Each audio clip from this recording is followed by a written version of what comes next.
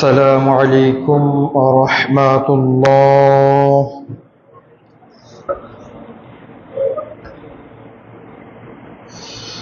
إن الحمد لله نحمده ونستعينه ونستغفره ونؤمن به ونتوكل عليه ونعوذ بالله من شرور أنفسنا ومن سيئات أعمالنا.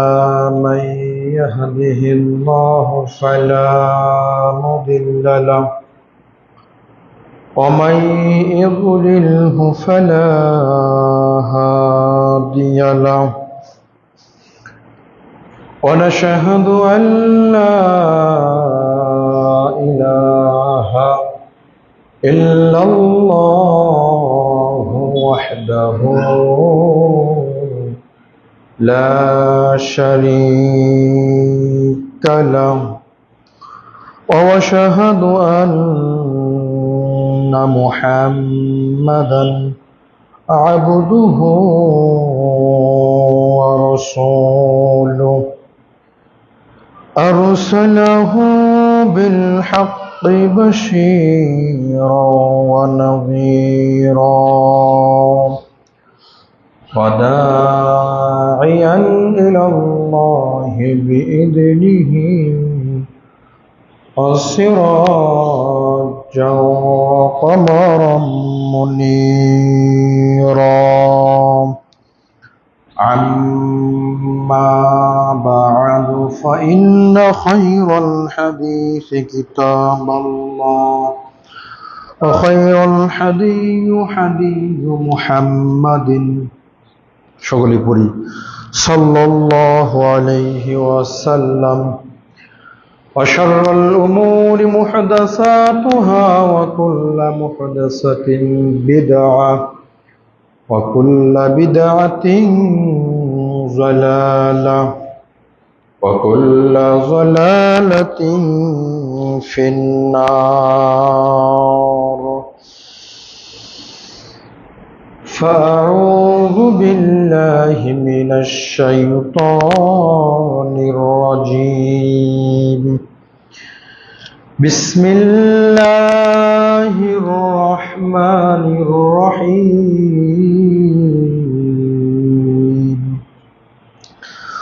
أولئك هم المؤمنون حقا لهم درجات عند ربهم ومغفرة ورزق كريم إلى الآخر الآية. وقال النبي صلى الله عليه وسلم إن الله وملائكته يصلون على الذين يسيلون الصفوف ومن سد فرجة رفعه الله بها درجة. রাহু ইবনে মাজাহ। যাবতীয় প্রশংসা যাবতীয় গুণগান সেই মহিয়ান গরিয়ান আল্লাহ সুবহানাহু ওয়া তাআলার জন্য নিবেদিত, যে আল্লাহ সুবহানাহু ওয়া তাআলা প্রতি জুমার ন্যায় সুস্থ শরীর সুস্থ মস্তিষ্ক দুনিয়াবী বিভিন্ন রকম কাজ থেকে বিরত রেখে আমাদের সকলকেই পবিত্র মসজিদে প্রবেশ করার তৌফিক দান করেছেন। সে আল্লাহ পাকের দরবারে লাখ কোটি শুকরিয়া সুজুদ আদায় করি। সকলে সকলান্তঃস্থল থেকে পড়ি আলহামদুলিল্লাহ। অতঃপর দরুদ ও সালাম বর্ষিত হোক সাইয়্যিদুল মুরসালিন খাতামুন নবিয়্যিন রাহমাতুল লিল আলামিন, বিশ্বমানবতার মুক্তির দূত, সর্বযুগের সর্বকালের সর্বশ্রেষ্ঠ মহামানব, আপনার আমার প্রিয় নবী কলিজার টুকরা জনাবে মুহাম্মদুর রাসূলুল্লাহ সাল্লাল্লাহু আলাইহি ওয়াসাল্লাম, যার জীবন আদর্শকে যার তরিকাকে বাস্তবায়ন করাই আমাদের জীবনের প্রধান লক্ষ্য। যে নেতার অনুকরণ করলে আপনার আমার জন্য রয়েছে পরকালীন সফলতা, সেই নেতার উপর দরুদ ও সালাম বর্ষিত হোক। সকলে মুহাব্বতের সাথে পড়ি সাল্লাল্লাহু আলাইহি ওয়াসাল্লাম। সম্মানিত মসজিদের মুসাল্লিবৃন্দ, সংক্ষিপ্ত খুতবার ধারাবাহিক আলোচনার বিষয় যে আমলে সম্মান বাড়ে, পর্ব ২। উল্লেখিত বিষয়ের উপর এক তথ্যবহল প্রামাণ্য আলোচনা পেশ করার চেষ্টা করব ইনশাআল্লাহুল আজিজ। সম্মানিত উপস্থিতি, আমরা গত খুতবায় যে বিষয়টি নিয়ে আলোচনা শুরু করছিলাম সেটি হলো, পৃথিবীতে অনেক আমল আছে, এর মাঝে এমন কিছু আমল আছে যে আমলগুলো করলে আল্লাহ সুবহানাহু ওয়া তাআলা ইহকাল এবং পরকাল উভয় জগতে আপনার আমার সম্মান মর্যাদাকে বৃদ্ধি করে দিবেন। এই বিষয়ে আলোচনা করতে গিয়ে আমরা 4টি পয়েন্ট আপনাদের সামনে উল্লেখ করেছিলাম, 4টি আমল উল্লেখ করেছিলাম। আমরা টিকায় প্রথমে সেই 4টি আমলের কথা আপনাকে আজ আবারও মনে করে দিচ্ছি। 1, ঈমান আনা ও নেক আমল করা। কেউ যদি ঈমান আনে এবং নেক আমল করে, আল্লাহ তাআলা তার ইহকাল এবং পরকাল উভয় জগতে তার সম্মান মর্যাদাকে বৃদ্ধি করে দিবেন। 2, সালাতের প্রতি যত্নশীল হওয়া। যে ব্যক্তি সালাতের প্রতি যত্নশীল হবে, আল্লাহ তাআলা উভয় জগতে তার মর্যাদাকে বৃদ্ধি করে দিবেন। 3, পায়ে হেঁটে মসজিদে গমন করা। যথাসাধ্য চেষ্টা করে কেউ যদি পায়ে হেঁটে মসজিদে আসতে পারে, আল্লাহ তাআলা তার প্রত্যেকটি কদমে কদমে একটি করে মর্যাদা বৃদ্ধি করে দিবেন, একটি করে পাপ ক্ষমা করে দিবেন এবং পরকালীন জগতে তার জন্য সম্মান অবধারিত। 4 নম্বর আমরা যেটা বলেছিলাম সেটা হলো জামাতে সালাত আদায় করা। সালাত তো আদায় করবেন, তবে যদি সালাতটা জামাতের সাথে হয় তাহলে আল্লাহ সুবহানাহু ওয়া তাআলা আপনার মর্যাদাকে বৃদ্ধি করে দিবেন। 3টি পয়েন্ট আমরা গত জুমায় আলোচনা করেছিলাম। আজকের 4 নম্বর পয়েন্ট হচ্ছে জামাতের সাথে সালাত আদায় করা এবং সালাত আদায় করত অবস্থায় 2 জনের মাঝে ফাঁকাকে বন্ধ করে দেওয়া, অর্থাৎ কাঁধের সাথে কাঁধ, পায়ের সাথে পা মিলানো। কেউ যদি জামাতে সালাত আদায় কালে পায়ের সাথে পাকে মিলিয়ে দেয়, কাঁধের সাথে কাঁধকে মিলিয়ে দেয়, আল্লাহ সুবহানাহু ওয়া তাআলা এই আমলটির কারণে তার মর্যাদা, তার সম্মানকে বৃদ্ধি করে দিবেন। যারা সালাতে দাঁড়িয়ে কাতারের মাঝখানে ফাঁকা করে দাঁড়ায়, 2টা করে এক হাত করে ফাঁকা করে দাঁড়ায়, একটি কাতারে লোক আসবে কমপক্ষে 50 জন, সেখানে লোক দাঁড়ায় 30 জন, তারা এই সম্মান, এই মর্যাদার ভাগীদারি হবে না। এ ব্যাপারে ইবনু মাজাহ হাদিস এসেছে, ইবনু মাজাহ 995 নম্বর হাদিস। রাসূলুল্লাহ সাল্লাল্লাহু আলাইহি ওয়াসাল্লাম বলছেন, ইন্নাল্লাহা ওয়া মালাইকাতাহু ইউসাল্লুনা আলাল্লাযিনা ইয়াসিলুনা আস-সুফুফ। আল্লাহ সুবহানাহু ওয়া তাআলা বলেছেন, যারা পরস্পর কাতার মিলিয়ে দাঁড়ায়, যারা পরস্পর কাতার কাঁধে কাঁধ মিলিয়ে দাঁড়ায়, সুফুফ প্রাচীরের ন্যায়, সীসা ঢালা প্রাচীরের ন্যায় যারা কাতারকে সোজা করে কাঁধের সাথে কাঁধ মিলিয়ে দাঁড়ায়, ওমান সাদ্দা ফুরুজাতান, এবং উভয়ের মাঝে ফাঁকাকে বন্ধ করে দেয়, তাদের ব্যাপারে আল্লাহ সুবহানাহু ওয়া তাআলার ঘোষণা হলো আল্লাহ তাআলা তাদের উপর রহমত বর্ষণ করেন। ফেরেশতারা তাদের জন্য আল্লাহ তাআলার নিকট অনবরত দোয়া করতে থাকেন। রাফাআহুল্লাহু বিহা দারাজা, এবং আল্লাহ সুবহানাহু ওয়া তাআলা পরস্পর ফাঁকা বন্ধ করার কারণে তাদের মর্যাদাকে বৃদ্ধি করে দেন। সুবহানাল্লাহ। তাহলে সালাতে দাঁড়িয়ে কাতারের ফাঁকাগুলো বন্ধ করলে সম্মান বৃদ্ধি পাবে কার? আপনার আমার। যারা বৃদ্ধি করবে তার, যারা এই সম্মান বৃদ্ধি চায় না তারা সালাতে এই কাতারগুলো ফাঁকাগুলো বন্ধ করে না, তারা এই হাদিসকে মানে না, এই হাদিসকে অনুসরণ করে না। অথচ সহিহ হাদিসের ভিতরে আসছে, ইবনু মাজাহ 995 নম্বর হাদিস, বাড়িতে গিয়ে একটু হাদিসটা পড়ে দেখবেন। আল্লাহ নবী কথা বলছেন, যে ব্যক্তি কাতার সোজা করে কাদের সাথে কাঁধ মিলিয়ে দাঁড়াবে আল্লাহ তাদের উপর রহমত করবেন এবং ফেরেশতারা তাদের জন্য দোয়া করবেন। আর যারা পরস্পর ফাঁকাটাকে বন্ধ করে দাঁড়াবে আল্লাহ সুবহানাহু ওয়া তাআলা তাদের মর্যাদাকে বৃদ্ধি করে দিবেন। সুবহানাল্লাহ। তার মানে আমি জামাতে সালাত আদায় করছি 27 গুণ বেশি নেকি পাবো, এটাও যেমন আমার সম্মানের বিষয়। আবার আমি একে অপরের ফাঁকাকে বন্ধ করে দিয়ে, শয়তানের অসহায়তাকে বন্ধ করে দিয়ে, শয়তানের ঢোকার রাস্তাকে বন্ধ করে দিয়ে আল্লাহ সুবহানাহু ওয়া তাআলার নিকট মর্যাদাপূর্ণ মানুষ হিসেবে বিহিত হচ্ছে। সুবহানাল্লাহি ওয়া বিহামদিহি, সুবহানাল্লাহিল আযীম। যখন এক মুসলিম অপর মুসলিমের পাশে এসে দাঁড়ায়, কাঁধে কাঁধ মিলে যায়, পায়ের সাথে পা গুলো, গোড়ালির সাথে গোড়ালিগুলো মিলিয়ে দেওয়া হয়, তখন হৃদয়গুলো, সকলের হৃদয় এক আত্মিক তারে বেঁধে যায়, শয়তানের প্রবেশ নিষিদ্ধ হয়ে যায় তাদের মাঝে। ফলে তাদের মাঝে রচিত হয় ভালোবাসা, ভ্রাতৃত্ব এবং তাওহীদের অমলিন বন্ধন। এটা শুধুমাত্র পরস্পর কাতার বন্দী হয়ে, পরস্পর ফাঁকা বন্ধ করে এক কাতারে শয়তানের রাস্তাকে বন্ধ করে দিলে পরস্পরের মাঝে এই ভ্রাতৃত্বর বন্ধন তৈরি হয়ে যায়। একথা মুহাম্মদ সাল্লাল্লাহু আলাইহি ওয়াসাল্লাম বলেন। সম্মানিত উপস্থিতি, আল্লাহ রাসূল সাল্লাল্লাহু আলাইহি ওয়াসাল্লাম বলেছেন, তোমরা কাতারগুলোকে বন্ধ, এই কাতারের ফাঁকাগুলো বন্ধ করো।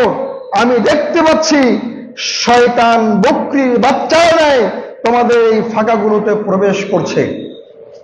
আল্লাহ নবী সাল্লাল্লাহু আলাইহি ওয়াসাল্লাম যতদিন ইমামতি করেছেন, তার জীবদ্দশায় যতদিন সালাত আদায় করেছেন, এমন কোন সালাত তিনি করান নাই আদায় যে সালাতে তিনি সাহাবীদের দিকে ঘুরে কথা বলেননি।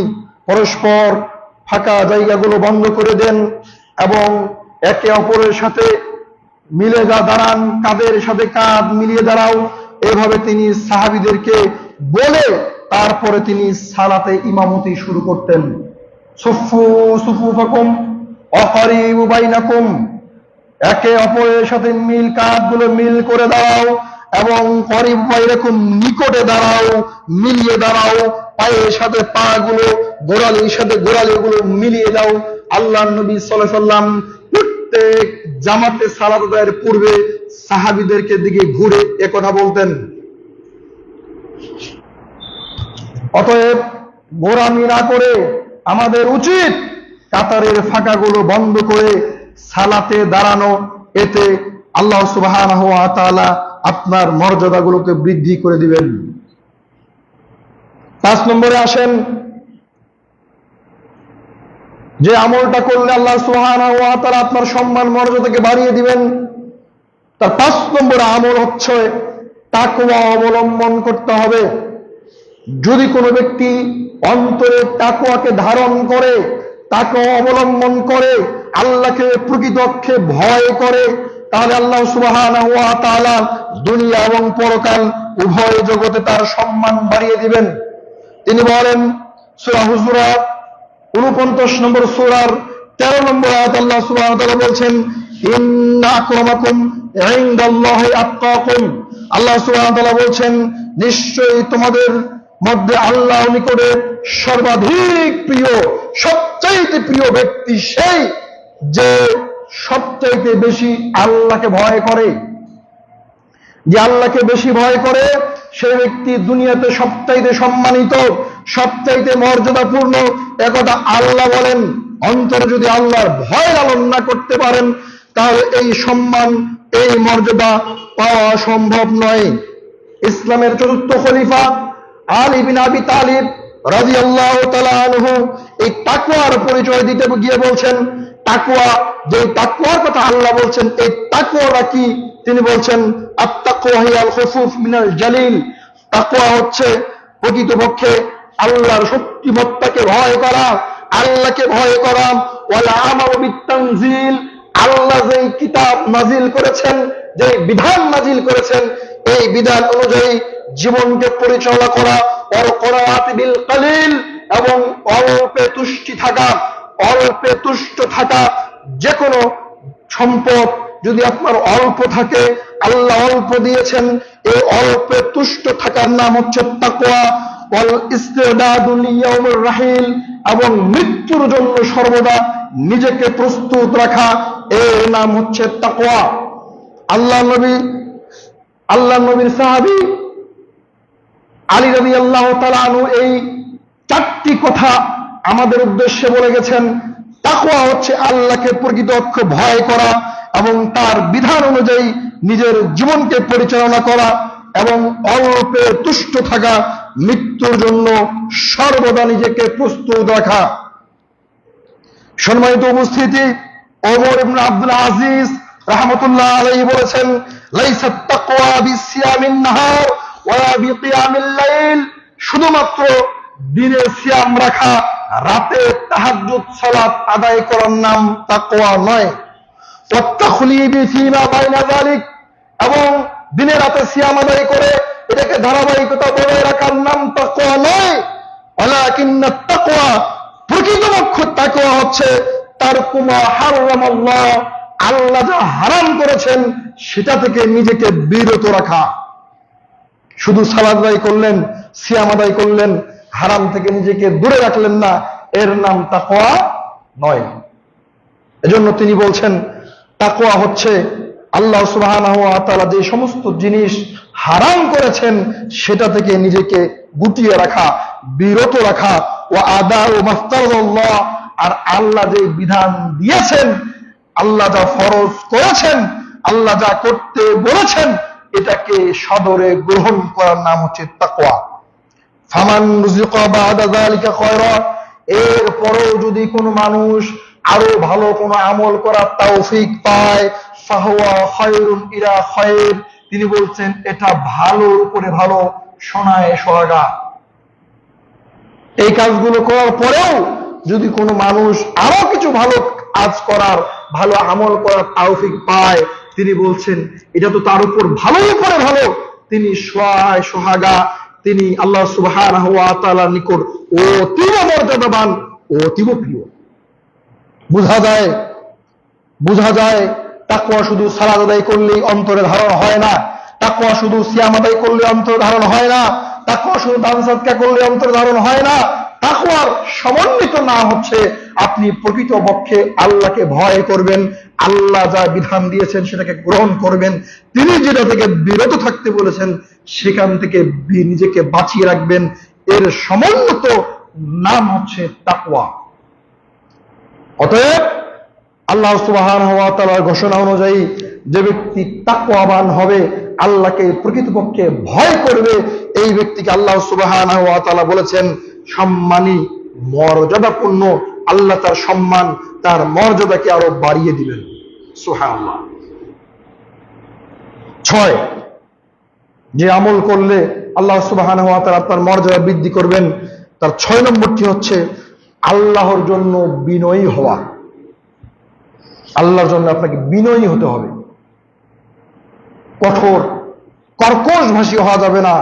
সবসময় বিনয়ী ভাবে কথা বলার, বিনয়ী আচরণ দেখানোর চেষ্টা করতে হবে। যদি এটা আপনি করেন, আল্লাহ তাআলা আপনার সম্মান মর্যাদাকে বৃদ্ধি করে দিবেন। বিনয় মানব চরিত্রের এক অমূল্য সম্পদ। বিনয়ী সবাই করতে পারে না, বিনয়ী সবাই হতে পারে না। এজন্য বলা হয়েছে যে বিনয়ী হচ্ছে মানব জীবনের একটা অমূল্য সম্পদ, যেটা কিনে পাওয়া যায় না। যারা বিনয়ী হয় আল্লাহ তাদের দুনিয়াতে এবং আখিরাতে সম্মান বৃদ্ধি করে দেন। সহিহ মুসলিমটা খুলুন, 2588 বর্ণিত হয়েছে। আবু হুরায়রা রাদিয়াল্লাহু তাআলা আনহু বলেন, রাসূল সাল্লাল্লাহু আলাইহি ওয়াসাল্লাম বলেছেন, মা নাকসাত সাদাকাতুন মিন মাল। ও দুনিয়ার মানুষ তোমরা জেনে রাখো, ও দুনিয়ার মানুষ তোমরা শোনো, দান করলে কখনো সম্পদ কমে না। আল্লাহ নবী সাল্লাল্লাহু আলাইহি ওয়াসাল্লাম বিনয়ী হওয়ার কথা বললেন, তার আগে কিছু কথা বলে নিচ্ছেন।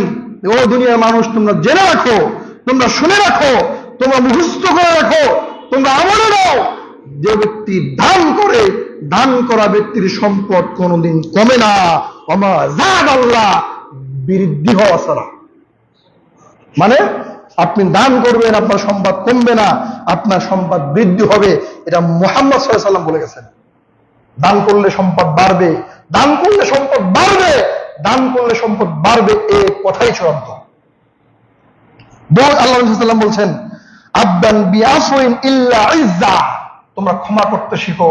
যে ব্যক্তি অপরকে ক্ষমা করতে পারে, আল্লাহ তার ইজ্জত, তার মান, তার সম্মানকে বৃদ্ধি করে দেন। সুবহানাল্লাহ। অন্যায় কেউ করেছে, তোমার নিকট ক্ষমা চেয়েছে, তুমি তাকে ক্ষমা করো। এই যে ক্ষমা করা, যে উদারতা, এই যে বিনয়িতা, আল্লাহ নবী সাল্লাল্লাহু আলাইহি ওয়াসাল্লাম বলছেন, এই ক্ষমা, এই বিনয়িতার কারণে আল্লাহ সুবহানাহু ওয়া তাআলা তোমার মর্যাদাকে তার নিকটে আরো বেশি বাড়িয়ে দিবেন। সুবহানাল্লাহ। এজন্য মানুষকে ক্ষমা করতে শিখতে হবে। অন্যায় করবে মানুষ, ভুল বুঝতে পেরে যদি আপনার নিকট ক্ষমা চায়, আপনি তাকে ক্ষমা করবেন, এটা মুমিনের একটা গুণ।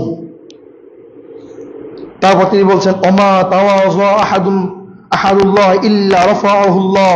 আর যে ব্যক্তি শুধুমাত্র, কেবলমাত্র আল্লাহর জন্য বিনয়ী হবে, আল্লাহ তার মান, ইজ্জত, তার সম্মানকে বৃদ্ধি করে দিবেন। সুবহানাল্লাহ। আমাদের আলোচনার বিষয় কি বলেন তো? যে আমলে সম্মান বাড়ে। আপনি যদি আল্লাহর জন্য বিনয়ী হন, যে কারোর প্রতি, আল্লাহ তাআলা এটাকে এত পছন্দ করেন, এত ভালোবাসেন, যে আপনি অন্যের প্রতি বিনয়ী হবেন, আর আল্লাহ তার নিকটে আপনার সম্মান বাড়িয়ে দিবেন। সুবহানাল্লাহ। আমরা কি চাই না যে আল্লাহ তাআলা আমাদের সম্মান বাড়িয়ে দিক? আল্লাহর সম্মান বৃদ্ধি মানে আল্লাহ সুবহানাহু ওয়া তাআলা, আল্লাহ নবী সাল্লাল্লাহু আলাইহি ওয়াসাল্লাম বিভিন্ন হাদিসের ভিতরে বলেছেন যে আল্লাহর সম্মান, আল্লাহর মর্যাদা বৃদ্ধি মানে তার এই মর্যাদার বৃদ্ধির স্তরগুলো এত বড়, এক একটা মর্যাদা হচ্ছে 100 বছরের পথ। অন্য অনেক হাদিসে এসেছে, এক একটা মর্যাদা হচ্ছে আসমান এবং জমিন, এর মাঝে ফাঁকা যে জায়গাটা আছে, এক একটা মর্যাদা হচ্ছে এত বড়। সুবহানাল্লাহ। তাহলে আপনি যদি দিনে 10টা মানুষকে ক্ষমা করেন, 10 জন মানুষের উপর আপনি বিনয়ী হন, তাহলে এই দুনিয়ার 10টার সমান মর্যাদা আল্লাহ তাআলা দিনে আপনার বাড়িয়ে দিবেন। সুবহানাল্লাহ। সম্মানিত উপস্থিতি, আরেকটা হাদিস মুসান্নাফ ইবনে আবি শাইবা, হাদিস নম্বর 132 খুলে দেখুন। আব্দুল্লাহ ইবনে মাসউদ রাদিয়াল্লাহু তাআলা আনহু বলেন, রাসূল সাল্লাল্লাহু আলাইহি ওয়াসাল্লাম বলছেন, ইন্না মিন রাসিত তাওয়াযি আন তারদা বিদুনি মিনাল মাজলিস। আল্লাহ নবী সাল্লাল্লাহু আলাইহি ওয়াসাল্লাম এই হাদিসের ভিতরে বিনয়ের মূল মন্ত্র প্রকাশ করছেন। আল্লাহ নবী বলছেন যে বিনয়ের মূল মন্ত্র হলো একটা মাজলিস বসেছে, যে মাজলিসে তোমাকে দাওয়াত করা হয়নি, যে মাজলিসে তোমাকে দাওয়াত করা হয়নি, তুমি অনুপস্থিত, তুমি একজন দায়িত্বশীল, এরপরও তোমাকে কোনো না কোনো কারণে জানানো হয়নি, হয়তো বা মনে নাই, না হলে যে কোনো কারণবশত জানানো হয়নি। যখন এই মাজলিস শেষ হয়ে যাবে, পরবর্তী তুমি শুনবে একটা মাজলিস অনুষ্ঠিত হয়েছে, এখানে একটা সিদ্ধান্ত হয়েছে, তুমি শুধু আল্লাহর সন্তুষ্টির জন্য ওই সিদ্ধান্তকে মেনে নিবে। এটা হচ্ছে বিনয়ের মূল মন্ত্র। সুবহানাল্লাহ। আর আমরা আমাদের সমাজগুলোতে দেখতে পাই, একজন মানুষের নিকট চিঠি যদি না পৌঁছায়, তাহলে সে সমাজে বিশৃঙ্খলা সৃষ্টি করে দেয়, করে না? বাস্তব প্রমাণ, বাস্তব। একজন মানুষের নিকটে দায়িত্ব দেওয়া হয়েছে 20টা চিঠি পৌঁছানোর জন্য, একজনের চিঠি সে ভুলবশত পৌঁছাতে পারে নাই, বা যে কোনো কারণবশত পৌঁছাতে পারে নাই, দেখবেন আগে মিটিং বসে ওই বিষয়ে আগে 20 মিনিট ঝগড়া হবে, তারপর মিটিং শুরু। আমরা তো এমনও দেখেছি যে চিঠির ভিতর চিঠি দেওয়া হয়েছে, ভুলে চিঠিতে সিগনেচার হয়নি, এটা নিয়ে সমাজে গন্ডগোল শুরু হয়। অথচ আল্লাহ নবী বলছেন বিনয়ের মূল মন্ত্র হলো এটা, তুমি মাজলিসে উপস্থিত থাকতে পারলে না, তোমাকে জানানো হলো না, যে কোনো কারণবশত পরে তুমি শুনতে একটা সিদ্ধান্ত হয়ে গেছে, তুমি তখন বলবে আল্লাহ সন্তুষ্টির জন্য আমি এটাকে গ্রহণ করে এলাম। এই কথাটা বলাই হচ্ছে আল্লাহর নিকট বিনয়ী হওয়ার মূল মন্ত্র। আর এটা যদি তুমি করো, আল্লাহ তাআলা তোমার সম্মান, তোমার মর্যাদাকে আল্লাহ তাআলা দুনিয়াতে এবং আখিরাতে বৃদ্ধি করে দেবেন। সুবহানাল্লাহ। তাহলে আমাদের সম্মান, আমাদের মান, আমাদের ইজ্জত আমরা নিজের হাতে কমিয়ে ফেলি। 2 নম্বর আল্লাহ নবী সাল্লাল্লাহু আলাইহি ওয়াসাল্লাম বলছেন, ওমা তাওয়াযু আহাদুল্লাহি ইল্লা রাফাআহুল্লাহ। যে ব্যক্তি আল্লাহ নবী সাল্লাল্লাহু আলাইহি ওয়াসাল্লাম বলছেন 2 নম্বর বিনয় হওয়ার মূল মন্ত্র হলো তুমি পরিচিত অপরিচিত যাকেই দেখতে পাবে, সে যদি মুসলিম হয় তাকে তুমি সালাম প্রদান করো। সালাম দিলেই আল্লাহ মর্যাদা বাড়াবেন, সালাম দিলেই তোমার সম্মান বেড়ে যাবে, সালাম দিলেই আল্লাহ সুবহানাহু ওয়া তাআলা উভয় জগতে তোমার মান ইজ্জতকে বৃদ্ধি করে দিবেন। সুবহানাল্লাহ। এটাই হচ্ছে বিনয়ের মূল মন্ত্র। তাহলে বিনয়ের মূল মন্ত্র কয়টা বলেন দেখি? কথা বুঝতে পারেননি মনে হয়? 2টা। বিনয়ের মূল মন্ত্র এই হাদিসে কয়টা? 2টা। একটা হচ্ছে কোন মাজলিস হলো, কোন মিটিং হলো, আপনি উপস্থিত থাকতে পারলেন না, কোন সিদ্ধান্ত হলে আপনি বলবেন আল্লাহ সন্তুষ্টির জন্য মেনে নিলাম, আপনি আল্লাহর নিকট বিনয়ী বান্দা। 2, পরিচিত অপরিচিত রাস্তাঘাটে দেখা হলে মানুষকে আপনি সালাম দিবেন, তাহলে আপনি আল্লাহর নিকট বিনয়ী। এজন্য আল্লাহ নবী সাল্লাল্লাহু আলাইহি ওয়াসাল্লাম বলছেন 2 ভাইয়ের ঝগড়া বিবাদে লিপ্ত হয়েছে, 3 দিনের বেশি যদি তারা একে অপরের সাথে কথা না বলে, তাহলে সারা মুসলিম দিকে খালি হয়ে যাবে। আর আল্লাহ নবী সাল্লাল্লাহু আলাইহি ওয়াসাল্লাম বলছেন এই 2 জনের মধ্যে উত্তম সে ব্যক্তি যে প্রথমে সালাম প্রদান করবে। ঝগড়া হয়েছে, খুব ঝগড়া, রাস্তা ওই পাশ থেকে ভাই একজন আরেকজনকে দেখলে মুখের দিকে ঘুরিয়ে নেয়, আল্লাহ নবী বলছেন মুখটা না ঘুরিয়ে নিয়ে যে ব্যক্তি প্রথমে সালাম দিবে, এই ব্যক্তি আল্লাহর নিকট সর্বোত্তম ব্যক্তিগুলো বিবেচিত হবে। সুবহানাল্লাহ। আর আমরা তো ঝগড়া বিবাদ লাগলে 2-4 বছর কথাই বলি না। আছে না এই নেচার আমাদের মাঝে? না। মানব সমাজে বসবাস করতে হলে কথা হবে, কাটাকাটি হবে, ঝগড়া বিবাদ হবে, পরক্ষণেই একে অপরের সাথে সালাম দিয়ে মুসাফা করার নাম হচ্ছে মুসলিম। 3 দিন কথা না বললে আপনি মুসলমান নয়। আল্লাহ সুবহানাহু ওয়া তাআলার অভিশাপ আপনার উপরে যদি আপনি একে অপরের সাথে ঝগড়া করে 3 দিন কথা বন্ধ করে রাখেন। একে অপরের সাথে দেখা হয় না, 1000 বছর কথা না বলেন, কোনো সমস্যা নাই। বিদেশ চলে গেছে একজন, যোগাযোগের ব্যবস্থা নাই, 2-4-10 বছর কথা না বলেন, সমস্যা নাই। কিন্তু ঝগড়া বিবাদে লিপ্ত হয়ে যদি 3 দিন একটানা কথা না বলেন, তাহলে সে মুসলিম থেকে খারিজ। এজন্য মানব সমাজে বসবাস করতে হলে পারিবারিক কন্দল থাকে, বিভিন্ন ঝগড়া বিবাদ থাকে, কিন্তু একে অপরের সাথে হিংসা বিদ্বেষ করে কখনো কথা বন্ধ করবেন না। যদি আপনার ভাই করে আপনি করবেন না, শুধু রাস্তায় দেখা হলে অন্তত সালাম প্রদান করবেন। আল্লাহ সুবহানাহু ওয়া তাআলা আপনার সম্মান, আপনার মর্যাদাকে বাড়িয়ে দিবেন। সম্মানিত উপস্থিতি, 7 নম্বর আমলের কথা আপনাকে বলি, আপনার মর্যাদা আল্লাহ বাড়াবেন। 7 নম্বর যে আমলটা করলে সেটা হলে বিপদে আপদে ধৈর্য ধারণ করতে হবে। কি করতে হবে? বিপদে আপদে ধৈর্য ধারণ করতে হবে। যদি আপনি বিপদে আপদে ধৈর্য ধারণ করতে পারেন, আল্লাহ তাআলা ইহকাল এবং পরকাল উভয় জগতে আপনার সম্মানকে বাড়িয়ে দিবেন। সুবহানাল্লাহ। দেখেন আমি আপনাকে দেখাই, বুখারীটা খুলেন, 6478 নম্বর হাদিসে বর্ণিত হয়েছে, আল্লাহর নবীর স্ত্রী হযরত আয়েশা রাদিয়াল্লাহু তাআলা আনহা বর্ণনা করেন যে রাসূল সাল্লাল্লাহু আলাইহি ওয়াসাল্লাম বলছেন, শাওকাতিন ফামা ফাওকাহা ইল্লা রাফাআল্লাহু বিহা দারাজা। আল্লাহ নবী বলছেন, মুমিনের শরীরে যদি একটা কাঁটা ফুরে, কি ফুরে? একটা কাঁটা, হাঁটছেন রাস্তা দিয়ে, একটা কাঁটা নিচে পড়া ছিল, খালি পায়ে কাঁটাটা আপনার ঢুকে গেছে। এরপর আল্লাহ নবী সাল্লাল্লাহু আলাইহি ওয়াসাল্লাম বলছেন, না, শুধু কাঁটা নয়, এর চাইতো সামান্য কোনো ব্যথা যদি মুমিনের শরীরে আঘাত আনে আর সে যদি ধৈর্য ধারণ করে, তাহলে বিহা দারাজাতান, আল্লাহ সুবহানাহু ওয়া তাআলা এর বিনিময়ে তার মান, তার মর্যাদাকে বাড়িয়ে দিবেন। সুবহানাল্লাহ বলবেন না? কথা মনে বুঝতে পারেননি আপনি? আল্লাহ নবী সাল্লাল্লাহু আলাইহি ওয়াসাল্লাম আপনাকে সবর শিখাচ্ছেন, সবর, ধৈর্য। রাস্তা দিয়ে হেঁটে যাচ্ছেন, একটা কাঁটা ফুরে গেছে মুমিনের শরীরে, সে ধৈর্য ধারণ করলো, ইন্না লিল্লাহ, ধৈর্য ধারণ করলো। আল্লাহ নবী বলেন এইটা করার কারণে আল্লাহ তাআলা তার মর্যাদাকে বাড়িয়ে দিবেন। আরো আছে, আও হাত্তা আনহু বিহা খতিয়াতান, আর এর বিনিময়ে তার পাপগুলোকে আল্লাহ ক্ষমা করে দিবেন। সুবহানাল্লাহ।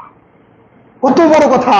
আপনি কি ভাবতে পারেন একজন মুমিন আল্লাহ তাআলার নিকট তার কত নাম, তার কত মর্যাদা, তার কত মূল্য, যে মুমিনের গায়ে একটা কাঁটা ফুললো, এর বিনিময়ে আল্লাহ তার মর্যাদা বাড়াবেন এবং তার পাপগুলোকে ক্ষমা করবেন।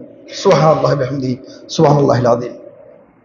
আসেন, তিরমিজির 2325 বর্ণিত হয়েছে, আবু কাবশা আল আনমারি রাদিয়াল্লাহু তাআলা আনহু বলেন, রাসূল সাল্লাল্লাহু আলাইহি ওয়াসাল্লাম বলেন, সালাসাতু উকসিমু আলাইহিন্না আহদাসুহুন্না হাদিসান মাহফুজু ফাহফুজু। আল্লাহ রাসূল সাল্লাল্লাহু আলাইহি ওয়াসাল্লাম বলছেন, আমি তিনটি বিষয়ে কসম করছি। কয়টি বিষয়ে কসম করছেন? কে? আল্লাহর নবী। আল্লাহর নবী কসম করছেন, তাহলে কথা তিনটি ইম্পর্টেন্ট না খুব? আল্লাহ নবী বলছেন সালাসাতুন, তিনটি বিষয়, উকসিমু, আমি কসম করছি, আলাইহিন্না ওয়া আহাদুসুকুম হাদিসান ফাহফুজু, আমি তোমাদের নিকট এই তিনটি বর্ণনা করছি, তোমরা এটাকে সংরক্ষণ করো, তোমরা এটাকে মেনে নাও, তোমরা এটার উপর আমল করো, তোমরা এটাকে মুখস্থ করে নাও। আল্লাহ নবী বলছেন, তারা এক নম্বর, মা নাকসা মালু আবদিন মিন সাদাকাতিন, ও দুনিয়ার মানুষ, আমি মুহাম্মদ সাল্লাল্লাহু আলাইহি ওয়াসাল্লাম কসম করে বলছি, জেনে রাখো, মানুষ দান করলে কখনো তার সম্পদ কমে না। আল্লাহ নবী সাল্লাল্লাহু আলাইহি ওয়াসাল্লাম কসম করে কথা বলছেন দুনিয়ার মানুষদেরকে, দুনিয়ার মানুষ তোমরা জেনে রাখো, আমি আল্লাহর নবী, আমি পৃথিবীর সর্বশ্রেষ্ঠ মানুষ, আমি কসম করে বলছি, দান করো, দান করলে কখনো সম্পদ কমবে না। দুই, আল্লাহ নবী বলছেন, ওয়ালা যুলিমা আবদুন মাজলিমাতান ফাসাবরা আলাইহা ইল্লা যাদাল্লাহু আযজা ওয়া জাল। আল্লাহ নবী সাল্লাল্লাহু আলাইহি ওয়াসাল্লাম বলছেন, কোন ব্যক্তির উপর যদি জুলুম করা হয় আর সে যদি মাজলুম অবস্থায় ধৈর্য ধারণ করে, ধৈর্য ধারণ করার কারণে আল্লাহ তার সম্মান সমাজে, দেশে, পরকালে বৃদ্ধি করে দিবেন। সুবহানাল্লাহ। আল্লাহ নবী কথা বলছেন, কসম করে বলছেন, দুনিয়ার মানুষ জেনে রাখো, আমি মুহাম্মদ কসম করে বলছি, যদি কারো উপর কখনো জুলুম করা হয় আর সে যদি জুলুম অবস্থায় ধৈর্য ধারণ করে, আমি মুহাম্মদ সাল্লাল্লাহু আলাইহি ওয়াসাল্লাম বলছি, আল্লাহ তার মান, তার সম্মান, তার ইজ্জতকে বৃদ্ধি করে দিবেন। সুবহানাল্লাহ ওয়া বিহামদিহি, সুবহানাল্লাহিল আযীম। তিন, ওয়ালা ফাতাহা আবদুন বাবা মাসআলাতিন, কেউ যদি ভিক্ষার দুয়ার খোলে। কিসের দুয়ার? ভিক্ষার দুয়ার খুলে। ভিক্ষা করা জায়েজ, কিন্তু সবচেয়ে নিকৃষ্ট কাজ। কথা বুঝেননি মনে হয়? দুনিয়াতে কিছু কাজ আছে জায়েজ, কিন্তু সবচেয়ে নিকৃষ্ট। তার একটা হচ্ছে ভিক্ষাবৃত্তি করা। ভিক্ষাবৃত্তি করা সবচেয়ে নিকৃষ্ট কাজ, কিন্তু জায়েজ কাজ। এভাবে আল্লাহ নবী সাল্লাল্লাহু আলাইহি ওয়াসাল্লাম বলছেন যে, আমি মুহাম্মদ সাল্লাল্লাহু আলাইহি ওয়াসাল্লাম কসম করে বলছি, ওয়ালা ফাতাহা আবদুন বাবা মাসআলাতিন, কেউ যদি ভিক্ষার দুয়ার খুলে, ইল্লা ফাতাহাল্লাহু আলাইহি বাবা ফাকরিন, আল্লাহ তার অভাবের দরজা খুলে দেয়। তোরা বুঝেন নাই মনে হয়?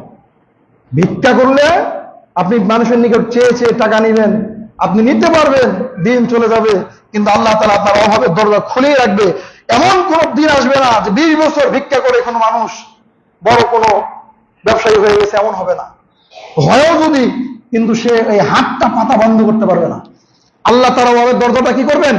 খুলেই রাখবেন, খুলেই রাখবেন। সম্মানিত উপস্থিতি, এজন্য দেখেন না, আমাদের দেশে কিছু মানুষ হজ করতে গিয়ে সেখানে ভিক্ষা করে। হজ করতে গিয়েও ভিক্ষা করে, কারণ ওই যে দেশে থাকতে মানুষের নিকট হাত পেতে পেতে পেতে নিয়েছে, আল্লাহ তাআলা তার অভাবের দরজা খুলে রেখেছেন। একটা হজ করতে গিয়ে সেখানেও ভিক্ষা করছে। সম্মানিত উপস্থিতি, আল্লাহ নবী সাল্লাল্লাহু আলাইহি ওয়াসাল্লাম কসম করে এই তিনটি কথা বলছেন, আল্লাহর কসম, আমি তোমাদেরকে তিনটি কথা বলছি কসম করে, তোমরা এটাকে হেফাজত করবে, তোমরা এই কথাগুলো মস্তিষ্কে ঢুকিয়ে নিবে। তার এক নম্বর হচ্ছে, দান করলে কখনো কমে না, অতএব তোমরা বেশি বেশি দান করো, যত দান করবে তত তোমাদের সম্পদ বেড়ে যাবে। দুই, যদি তোমার উপর কখনো জুলুম করা হয়, তাহলে তুমি ধৈর্য ধারণ করো, সবর করো, ধৈর্যের মাধ্যমে আল্লাহ তাআলা সম্মানকে বাড়িয়ে দিবেন। তিন, কেউ যদি ভিক্ষার দুয়ার খুলে, আল্লাহ তাআলা তার অভাবের দুয়ারগুলো খুলে দিবেন। সম্মানিত উপস্থিতি, সাহাবায়ে কেরাম ধৈর্যকে একটা মহৎ গুণ মনে করতেন, অনেক বড় একটা মহৎ গুণ ধৈর্য। যেমন ওমর রাদিয়াল্লাহু তাআলা আনহু বলছেন, ইন্না আফজাল আইশা আদরাকা বিস-সাবর। ওমর রাদিয়াল্লাহু তাআলা আনহু বলছেন, ও আল্লাহ নবীর সাহাবারা, ও দুনিয়ার মানুষ, এই যে আমরা একটা আইশী জীবন পেয়েছি, একটা উত্তম একটা জীবন পেয়েছি, আমাদের এত মান, এত ইজ্জত, এত সম্মান, এটা কেন? আদরাকনাহু বিস-সাবর, এটা আমরা পেয়েছি শুধু ধৈর্যের কারণে। কিসের কারণে? ধৈর্যের কারণে। বেলাল রাদিয়াল্লাহু তাআলা আনহুকে কি আপনার রোদের ভিতরে বালুর উপরে পাথর চাপা দিয়ে রেখে দেওয়া হয়েছে। খুবাইব রাদিয়াল্লাহু তাআলা আনহু, খাব্বাব বিন আরাদ রাদিয়াল্লাহু তাআলা আনহু, আরো যত সাহাবীর ইতিহাস খুলে দেখবেন, ইসলাম গ্রহণ করার কারণে তাদের উপর কি নিকৃষ্ট অমানবিক নির্যাতন কাফেররা চালিয়েছিল, কিন্তু আল্লাহ সুবহানাহু ওয়া তাআলা একটা সময় এসেছে যখন মুসলিমদের হাতে রাজত্ব দিয়েছিলেন। এজন্য ওমর রাদিয়াল্লাহু তাআলা আনহু বলছেন, আরে মক্কার রাখাল ছিলাম, মেষ চড়াতাম, ভেড়া চড়াতাম, আর আল্লাহ তাআলা এই উত্তম একটা জীবন আমাদেরকে দিয়েছে, কারণ আদরাকনাহু বিস-সাবর, আমরা ধৈর্য ধারণ করেছি। ধৈর্যের কারণে আল্লাহ তাআলা এই জীবন আমাদেরকে দিয়েছেন। তিনি বলছেন ওয়ালাউ আন্না সাবরা কানা মিনার রিজাল কানা কাইয়া, যদি ধৈর্য একটা মানুষ হতো, ধৈর্যটাই যদি একটা মানুষ হতো, তাহলে সে পৃথিবীর মধ্যে সবচাইতে বড় মহাপুরুষ হতো। আপনাকে বুঝতে হবে ধৈর্যটা কি জিনিস। ওমর রাদিয়াল্লাহু তাআলা আনহু বলছেন ধৈর্যটা যদি একটা কি হতো, একটা মানুষ হতো, তাহলে এই ধৈর্যটা পৃথিবীতে সবচেয়ে বড় মহাপুরুষ হতো। ওর থেকে মহাপুরুষ হতো না। ধৈর্যটা তো গুরুত্বপূর্ণ একটা আমল, যদি আপনি করেন আল্লাহ তাআলা আপনার সম্মান বাড়িয়ে দিবেন। হাসান বসরি রাদিয়াল্লাহু তাআলা রাহমাতুল্লাহ আলাইহি বলেন আসসাবরু কুনজুম মিন কুনুজুল খায়র, ধৈর্য হলো কল্যাণের গুপ্তধন। কল্যাণ পেতে চাও, ধৈর্য ধারণ করো। ধৈর্য ছাড়া কখনো কল্যাণ আশা করা যায় না। তিনি বলছেন লা ইউতিহুল্লাহু ইল্লা আবদিন কারীমিন ইনদাহু, আল্লাহ তা কেবল শুধুমাত্র ওই ব্যক্তিকেই দান করেন, ধৈর্যটা আল্লাহ শুধু ওই ব্যক্তিকেই দান করেন যেই ব্যক্তি আল্লাহর নিকট সম্মানিত মর্যাদাপূর্ণ ব্যক্তি। তার মানে বোঝা যায় ধৈর্য ধরার জন্য একটা ক্যাটাগরির প্রয়োজন। কোন ক্যাটাগরি? আপনি একটা ধৈর্য ধরবেন, ধৈর্য ধরার জন্য আল্লাহ প্রিয় বান্দা হতে হবে। আল্লাহ প্রিয় বান্দা ছাড়া, আল্লাহর নিকট সম্মানিত ব্যক্তি ছাড়া অন্য কেউ ধৈর্য ধরতে পারে না। ধৈর্য ধরতে পারে না। পারে কেমন ধৈর্য ধরে? খুব ফাইট করেছে, খুব সবকিছু করার পরে কোনোভাবেই যখন পেরে উঠলো না, তখন বলছে আল্লাহর উপর ধৈর্য ধরলাম। এইটার নাম ধৈর্য নয়। এটার নাম কি নয়? ধৈর্য নয়। ধৈর্য হচ্ছে শুরু থেকেই কেউ যদি আপনার উপর জুলুম করে, আপনি আল্লাহর উপর ভরসা করে, তার উপর সবর করে, ধৈর্য ধারণ করে সামনের পথ আপনি আপনার আগাবেন, আপনি পদাচরণা সামনে নেবেন, এর নাম হচ্ছে ধৈর্য। আপনাকে ধৈর্য ধরতে হবে। সম্মানিত উপস্থিতি, সময় শেষ। আজকে আলোচনার সর্বশেষ কথা শাইখুল ইসলাম ইবনে তাইমিয়ার একটা উক্তির মাধ্যমে আজকে আলোচনা শেষ করছি। শাইখুল ইসলাম ইবনে তাইমিয়া রাজি রহমতুল্লাহ আলাইকে যখন জেলখানায় নির্যাতন করা হয়, তাকে যখন জেলখানায় বন্দী করে নির্যাতন করা হয়, তখন তিনি বলেছেন শত্রুরা আমার কিবা করতে পারে, শত্রুরা আমার কিবা করতে পারে আমাকে জেলখানায় বন্দী করে, আমার জান্নাত, আমার আনন্দ তো আমার বুকের ভিতরে। সুবহানাল্লাহ বলবেন না? যখন ইমাম ইবনে তাইমিয়াকে পিটাচ্ছে, তাকে যখন শাস্তি দিচ্ছে, একের পর এক নির্যাতন করছে জেলের ভিতরে, তখন তিনি এই উক্তিটা বলেছেন, আরে আমার শত্রু আমাকে কি করতে পারে, আমার জান্নাত তো আমার বুকের ভিতরে। তারপর তিনি বলছেন আমি যেখানেই যাই না কেন এটা আমার সঙ্গেই থাকে। তোমরা আমাকে জেলখানায় বন্দী করেছো, করো, জান্নাত আমার বুকে। আমি জেলখানায় এসেছি মানে আমি জান্নাতটা সঙ্গে নিয়ে এসেছি। তিনি বলছেন এটা কখনো আমার নিকট থেকে আলাদা করা যায় না। যদি তারা আমাকে বন্দী করে তবে তা আমার জন্য নিঃসঙ্গ ইবাদতের সুযোগ। ইমাম ইবনে তাইমিয়া বলছেন হক কথা বলার কারণে তারা যদি আমাকে বন্দী করে, তাহলে নীরব নিঃসঙ্গ একটা জায়গা আমি পেলাম যেখানে আমি একা একই শুধু আল্লাহর সাথে কথা বলতে পারবো। তারপর তিনি বলছেন যদি আমাকে হত্যা করে তবে তা আমার জন্য হবে শাহাদাত। তারা যদি জেলখানায় নিয়ে আমাকে পিটিয়ে হত্যা করে তাহলে আমার জন্য শাহাদাত। আর যদি আমাকে নির্বাসনে পাঠিয়ে দেয়, আমার যদি বিচার ফাইসালা হয়, দেশ থেকে আমাকে তাড়িয়ে দেওয়া হবে, নির্বাসনে পাঠিয়ে দেওয়া হবে, তবে সেটা আমার জন্য হবে আল্লাহর পথে নিরন্তর সফর। সুবহানাল্লাহ। প্রত্যেকটা মুসলিমকে এই উক্তির অন্তরে লালন করে উদ্দীপনা ইমানের চেতনায় জাগ্রত হয়ে বলতে হবে হক কথা বলার কারণে যদি আমার মুখকে বন্ধ করে দেওয়া হয়, আমাকে যদি জেলখানায় বন্ধ করা হয়, তাহলে সেটা আমার জন্য নিঃসন্দ আল্লাহর সাথে কথা বলার সুযোগ করে দেওয়া। প্রত্যেকটা মুসলিমকে ভাবতে হবে যদি আমাকে কখনো বন্দী করে আমাকে যদি হত্যা করার জন্য চক্রান্ত করা হয়, তাহলে সেটা আমার জন্য শাহাদাত। আমি শাহাদাত বরণ করি আল্লাহর জান্নাত পেতে চাই।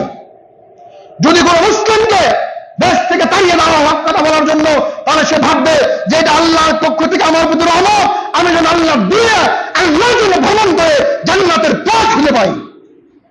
সম্মানিত উপস্থিতি, এজন্য আপনাদের প্রতি আকুল আবেদন, আসুন না আমরা এই তিনটে উক্তিকে অন্তরে লালন করে, অন্তরে ধারণ করে আপনি আমি সামনের পথ আগাই। ইনশাআল্লাহ সামনে আমার জন্য অপেক্ষা করে জান্নাত। আল্লাহ সুবহানাহু ওয়া তাআলা জান্নাত আপনার আমার জন্যই তৈরি করেছেন। শুধু জান্নাতে যাওয়ার জন্য যে ক্যাটাগরির প্রয়োজন, ওই ক্যাটাগরিটা আপনাকে আমাকে পড়তে হবে। আল্লাহ তাআলা যেন আমাদেরকে তৌফিক দান করেন। সকলে বলি আল্লাহুম্মা আমিন। সম্মানিত উপস্থিতি, আমরা সংক্ষিপ্ত আকারে বলছিলাম যে আমলে সম্মান বাড়ে, মর্যাদা বাড়ে, আর সম্মান মর্যাদা বাড়লেই আল্লাহ তাআলার নিকটে আপনার জান্নাত কনফার্ম।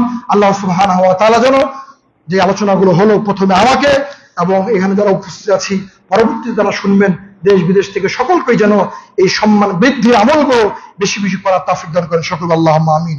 আল্লাহ তুমি বড় রহমান, তুমি বড় ক্ষমাবান, তুমি বড় দয়াবান। তুমি আমাদের জীবনের সমস্ত পাপগুলিকে ক্ষমা করে দিয়ে আমাদেরকে ইহদিনাস সিরাতাল মুস্তাকিমের পথে চলার তৌফিক দান করো। সকলে বলি আল্লাহুম্মা আমিন। আল্লাহ, আমাদের ভিতরে যারা অসুস্থ তুমি তার সকলকে শাফায়ে কামিলা দান করো।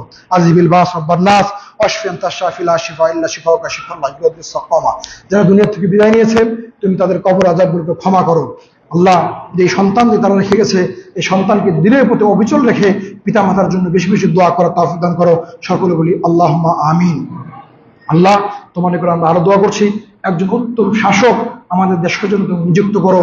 যে শাসক কথা সুলতান নাসিরা, যে শাসকের কথা তুমি তোমার নবী মুহাম্মদ সাল্লাল্লাহু আলাইহি ওয়াসাল্লাম অসংখ্যবার বলেছে, এমন একজন শাসক তুমি আমাদের দেশের জন্য নিযুক্ত করো যেই শাসক এসে আমাদের জন্য কল্যাণ বয়ে আনবে। আমাদের দোয়া তুমি কবুল করো। সকলে বলি আল্লাহুম্মা আমিন।